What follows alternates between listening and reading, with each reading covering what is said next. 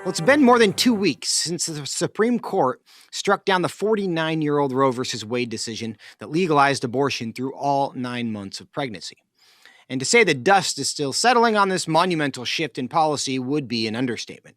Both sides of the abortion debate are still grappling with how to approach a post-Roe world. On the left, the radical abortion wing of the Democratic Party is still debating how to preserve the so-called right to abortion after the court returned the issue to the people. Joining me now to discuss it is Connor Semelsberger. He's FRC's Director of Federal Affairs and Human Dignity. Connor, welcome back to the show. Great to be back, Joseph. Tell us first, this conversation, this chatter about a conflict between congressional Democrats and the White House in terms of how this should be responded to. What's going on there? Yeah, you're seeing a fracturing. Obviously, it's pretty well known that the Democratic Party of today is very much pro-abortion. They want you to pay for it with your taxpayer funds, and they want it through all 9 months. But in terms of a legislative and an executive response to Roe being overturned, they're at wit's end against each other. You've got Elizabeth Warren, Pramila Jayapal in the House, really anchoring that progressive wing of the Democrat Party, and they want it all. They want riots in the streets, they want pregnancy resource centers shut down, and they want the Women's Health Protection Act passed and signed into law tomorrow. And at the same time, while Biden administration is supportive of taxpayer-funded abortions, as well as signing the Women's Health Protection Act, the activists really want the White House to go way further than maybe internal lawyers are telling them to go in terms of the calls to put abortion clinics on federal lands or declare a health emergency. This administration just seems that they don't want to wade into those legal waters, knowing that the Supreme Court just handed an overturning of Roe, that if they weed too far into pushing the limits on what the president can do, they might face further legal challenges up at the Supreme Court.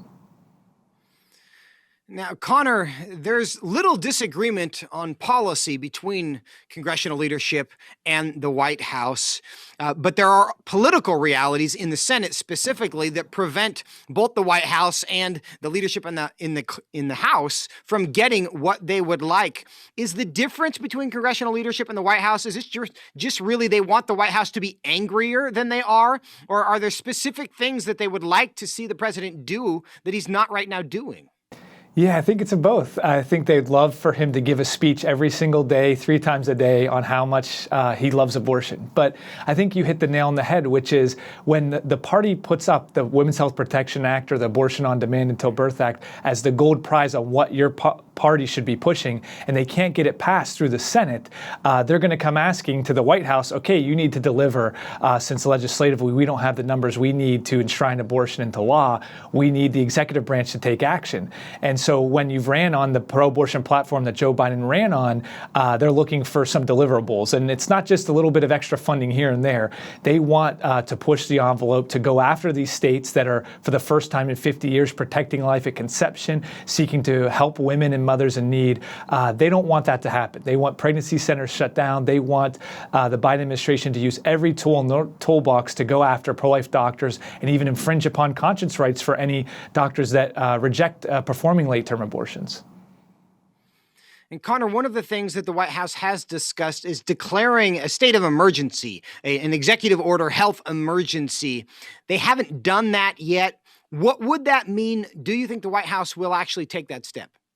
It may be a step too far, but why it's concerning, Joseph, is that national emergency is for real emergencies, which is natural disasters, maybe a pandemic like we faced a few years ago. And what that does is free up the executive branch in times of emergency to maybe use some funds that otherwise have restrictions, give a little more legal authority to get in the ground and help where there's help needed. But if you declare health emergency over abortion, a political ideology, that's dangerous, sets a very dangerous precedent, not just for this current administration, but any future administration, to just use this health emergency for whatever political desire you have at the time. And thankfully, there would be litigation surrounding that if they did declare a health emergency that would hopefully stop that from happening. But it is concerning that this president is even considering doing that with something so politically charged that's clearly not a health emergency. What I would say is a bigger health emergency are all those unborn babies that are going to continue to be killed in states like California and New York, if only the administration would declare health emergency over that. Yeah, well, Connor, I think a lot of people would say in the world we live in now, in a world of safe spaces and living your own truth, emotional injuries are for many an actual national emergency. So I'm not totally surprised that they're asking the White House to get involved in this. But tell us, how does this get resolved? Does the president really do anything? Is this a temper tantrum that's going to continue until they realize there's not much we can do? The power is actually back to the people, and they're going to continue to fight this? Are they trying to gin this up just for November, and after that, they kind of move on? Yeah, I think it's going to be a little of both. We'll see how it plays out this week. There's a lot of pressure on the Hill, some bills, as you mentioned, being voted on in the House and some hearings on abortion issue. So the immediate aftermath, there's going to be pressure there for the White House. And I think we'll want to look out for those fine details that come out in some of these executive orders in the months ahead. But I think you said exactly right. They're going to use this as a pressure point for the elections come November. They think this is their silver bullet to save his tanking economy and tanking policies. But I'll say this, if the Republicans are successful in taking back the House and Senate, look forward to tons more executive actions from a lame duck Biden White House to really push the FDA and others on abortion if, in fact, they lose the chambers of Congress. Well, you make an interesting point there about a lame duck Biden White House, because it looks in some ways that we already have a lame duck Biden White House.